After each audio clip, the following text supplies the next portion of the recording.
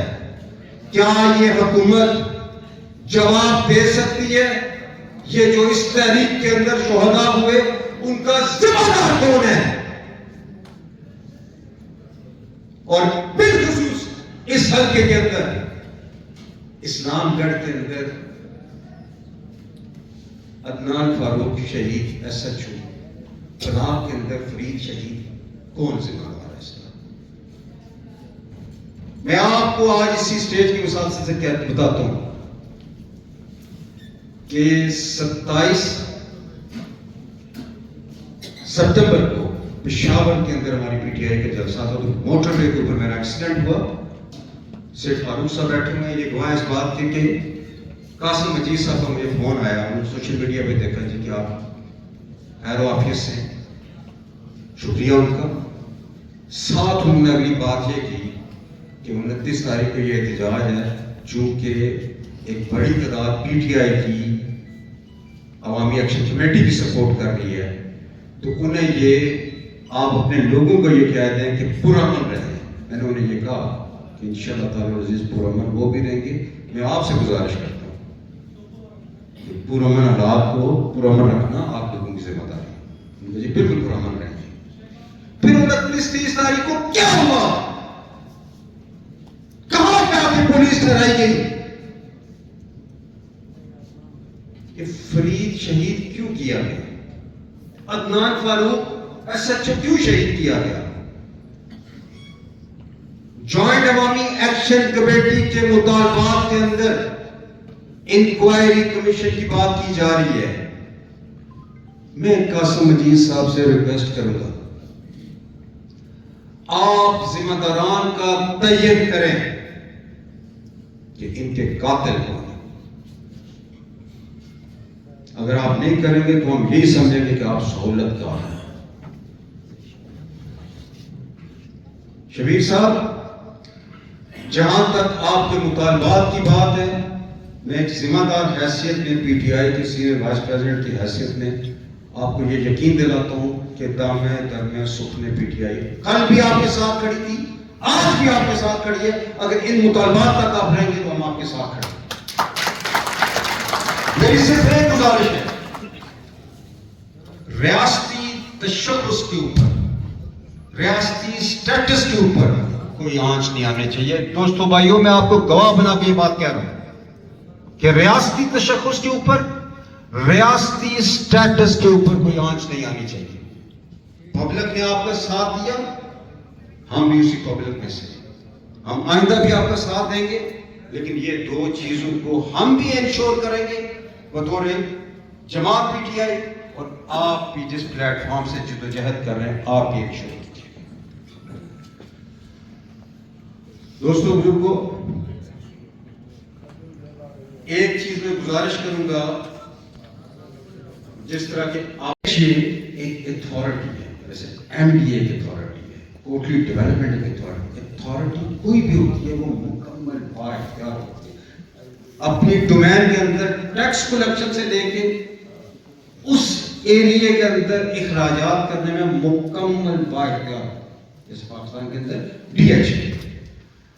میرا سوال یہ ہے کہ 2 سال 2.5 سال جتنا عرصہ آپ کے پاس ایم ڈی ایچ اے کی منسٹری رہی، تو یہ یونیورسٹی چکسواری، یونیورسٹی اسلام گڑھ، میرپور یونیورسٹی، ڈڈیال کی یونیورسٹیز جو بنے ہوئے تھے، ان کے مسائل کیوں حل نہیں ہوئے جب آپ کے پاس اربوں روپیہ ایم ڈی ایچ اے کے اکاؤنٹ میں پڑا ہوا ہے؟